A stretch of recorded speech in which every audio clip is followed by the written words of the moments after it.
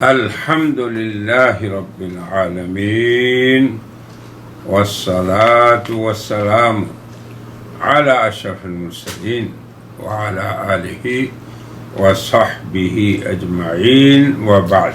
أعوذ بالله من الشيطان الرجيم. بسم الله الرحمن الرحيم. وظللنا عليكم الغمام وأنزلنا عليكم المن والسلوى كلوا من طيبات ما رزقناكم وما ظلمونا ولكن كانوا أنفسهم يظلمون. صدق اللہ العظیم. سامعین و ناظرین، یہ سورہ بقرہ کی 57 نمبر آیت ہے. تو سب سے پہلے ہم اس کی درست ادائیگی جو ہمارا کے طریقہ ہے اس کو بیان کرتے ہیں. تو آپ سب غور فرمائیں. آیت نمبر 57 سورہ بقرہ کی کھول لیں اپنے قرآن سے اور یوں پڑھیں. وَظَلَّلْنَا، یہ وا ہے، نہ یہ ضاد ہے، نہ یہ زا ہے، نہ یہ زال ہے. وَظَلَّلْنَا یہ نہیں کہنا. وَظَلَّلْنَا یہ بھی نہیں کہنا. وَظَلَّلْنَا یہ بھی نہیں کہنا. وَظَلَّلْنَا وا. آگے ہے علیکم، عین کا خیال رکھنا ہے. آگے ہے الغمام، غمام. وَأَنزَلْنَا یہ زائے ہے، یاد رکھیں. اس کو انزلنا نہیں کہنا. انزلنا علیکم المن والسلوى. آگے کلو، یہ کاف ہماری زبان میں بھی ہے. من طیبات، تا نہیں، طیبات نہیں کہنا. طیبات ما رزق، قاف، رزقناکم، پہلے قاف پھر کاف. وما ظلمونا، وہی ولكن كانوا انفسهم يظلمون. اب اس کا سادہ سا ترجمہ بھی دیکھ لیں. وَظَلَّلْنَا عَلَيْكُمْ، یہ اللہ تعالیٰ بنی اسرائیل سے مخاطب ہیں اور اس سے قبل 8 انعامات کا ذکر ہوا بنی اسرائیل پر جو ہوا، اور اس آیت میں اب 9 انعام کا بیان ہے. اور وہ انعام ہے کیا؟ یہ دیکھیں آپ. ایک نہیں بلکہ 2 انعام ہیں، 2 نعمتیں ہیں اور ایک ہی جگہ پہ ہوئی. اللہ فرماتے ہیں اور ہم نے تم پر سایہ کیا. کس کا؟ ابر کا، بادل کا. اور وَأَنزَلْنَا ہم نے نازل کیا تم پر، علیکم تم پر، من اور سلوہ. اور ہم نے تم پہ ابر کا سایہ کیا اور من اور سلوہ کو نازل کیا. یہ دیکھیں نعمتیں اللہ کی، ان کا بیان ہے اس آیت 57 میں. 8 نعمتیں اس سے قبل بیان ہو چکی. پھر فرمایا کلو من طیبات ما رزقناکم، ہم نے جو تمہیں دیا پاکیزہ چیزیں ان سے تم کھاؤ. اب یہاں پہ بات ختم ہو گئی. بنی اسرائیل نے کیا کیا اس کا ہم ذکر کریں گے. پھر وہ نعمتوں سے محروم ہوئے تو اللہ نے فرمایا وما ظلمونا، ان لوگوں نے ہم پہ ظلم نہیں کیا، ہمارا کوئی نقصان نہیں کیا. بندے جب اللہ کی نافرمانی کر کے کسی نعمت سے محروم ہو جاتے ہیں تو اس میں اللہ کا کیا نقصان ہے؟ منعم رحمان رب العالمین کا کیا نقصان ہے؟ یہ مطلب ہے اس آیت کا. وَلَكِنْ كَانُوا أَنفُسَهُمْ يَظْلِمُونَ. جو بھی نقصان ہوا انہی کا نقصان. اب بنی اسرائیل پہ ابر اللہ نے اس کا سایہ کیوں کیا؟ کہاں پر تھے وہ؟ یہ لوگ شام سے مصر گئے تھے ایک زمانے میں. پھر اللہ نے انہیں حکم دیا کہ تمہارے ملک شام میں عمالقہ نامی قوم نے قبضہ کر لیا ہے، تم جاؤ ان سے جہاد کرو اور اپنے علاقے کو ان غاصبوں سے آزادی دلواؤ. یہ اللہ کا حکم تھا۔ انہوں نے کیا کیا؟ نعمتوں میں پلنے والے، ناز و نخرے میں پلنے والی قوم بنی اسرائیل، کیا کیا انہوں نے؟ جب واپسی کی مصر سے اپنے ملک کی طرف، تو ایک چھوٹی سی جگہ، تیہ کا میدان جسے آپ کہتے ہیں، وہاں پہ آ کے بھٹک گئے۔ چلتے تھے اور صبح تک چلتے رہتے، پھر جب ٹھہر جاتے رات کو تو اسی جگہ پہ ہوتے۔ یہ سزا اللہ نے دی کہ انہوں نے اللہ کی نعمتوں کی بے قدری کی، اور موسیٰ سے کہنے لگے کہ جو اللہ کا حکم آیا ہے نا کہ ہم اپنے دشمنوں کو اپنی سرزمین سے نکالیں، اس پہ قبضہ کریں، اے موسیٰ تو اور تیرا رب جا، فَاذْهَبْ أَنْتَ وَرَبُّكَ فَقَاتِلَا، تم اور تمہارا رب، تم دونوں قتل کرو، ہم تو یہ کام نہیں کریں گے۔ دیکھو کس قدر بنی اسرائیل بدقسمت قوم تھی، اور کس قدر جسارت کرتی تھی اللہ تعالیٰ کے سامنے۔ موسیٰ کو کہا کہ ہم تم پہ اعتماد نہیں کرتے، اللہ کو ہمیں خود دکھاؤ، جسارت تھی۔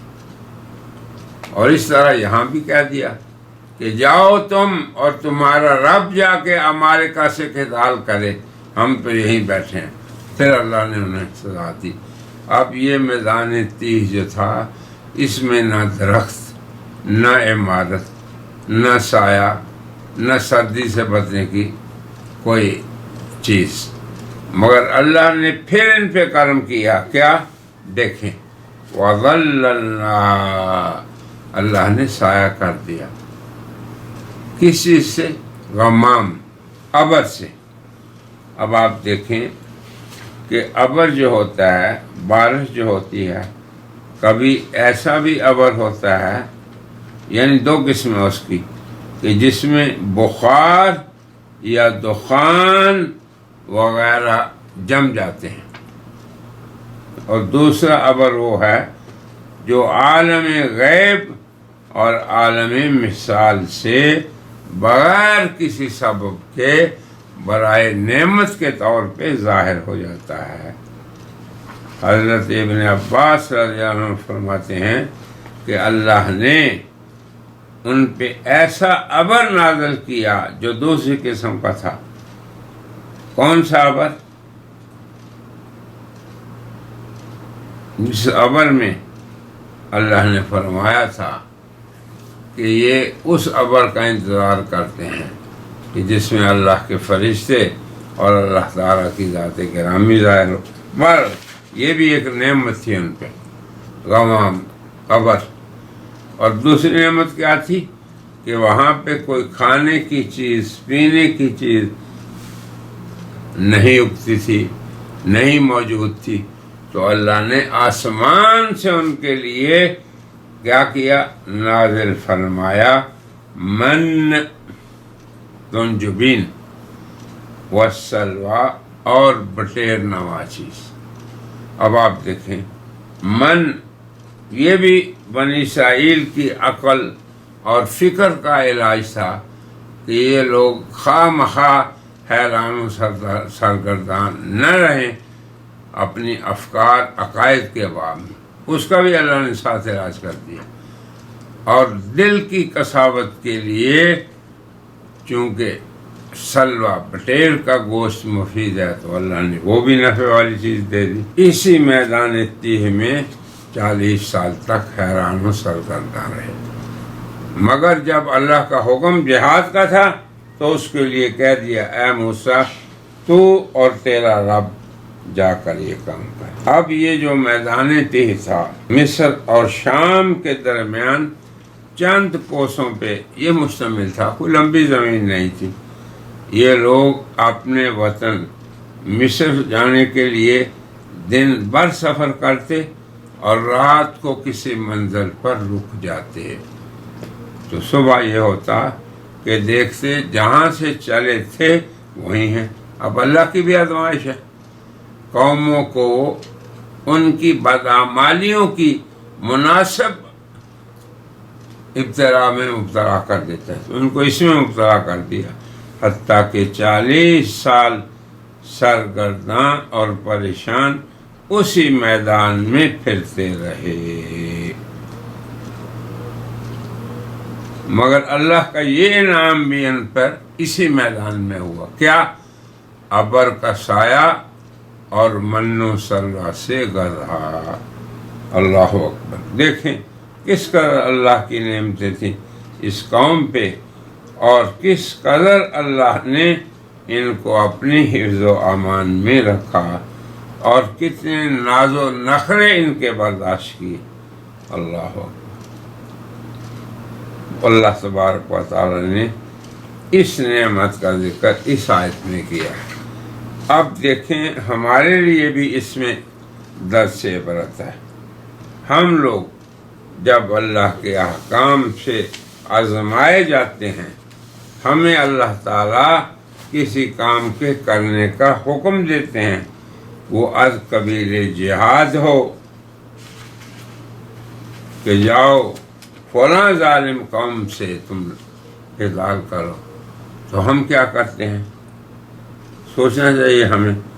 آج کے اس دور میں اللہ تعالیٰ نے دیکھیں فلسطینیوں کو آزمائش میں ڈالا، اور یہودی ان کے خلاف مظالم کر رہے ہیں۔ کیا ہمارے لیے اس میں کوئی سبق نہیں کہ ہم اس میں شریک ہو کے مظلوم کو ظلم سے آزاد کرائیں؟ کہاں ہیں ہم؟ یہ سابقہ قوموں کے قصے کہانیاں نہیں کہ ہم سن کر ان سے گزر جائیں اور اپنے لیے کوئی درس نہ لیں۔ میرے برادران اسلام، ہمارے لیے ہر آیت، ہر قصے اور ہر کہانی میں عبرت ہے۔ اللہ فرماتے ہیں لَقَدْ كَانَ فِي قَصَصِهِمْ عِبْرَةً لِأُولِي الْأَلْبَابِ، عقل مندوں کے لیے نصیحت۔ تو ہمارے لیے بہت بڑی نصیحت ہے کہ اللہ تعالیٰ جب ہمیں دشمن سے مقابلے کے لیے کہیں، کمزوروں کی مدد کے لیے پکاریں، تو ہماری پکار نعم، ہاں اے اللہ ہم حاضر ہیں، ایسی نہیں ہونی چاہیے اذهب انت وربک، جیسے بنی اسرائیل نے موسیٰ کو کہا تو اور تیرا رب تم جاؤ فقاتلا، اور تم ہی قتال کرو، تم ہی ظالموں کو اس سرزمین سے نکالو جس پر وہ زبردستی قابض ہیں، جیسے یہود آج قابض ہیں فلسطینیوں کی سرزمین۔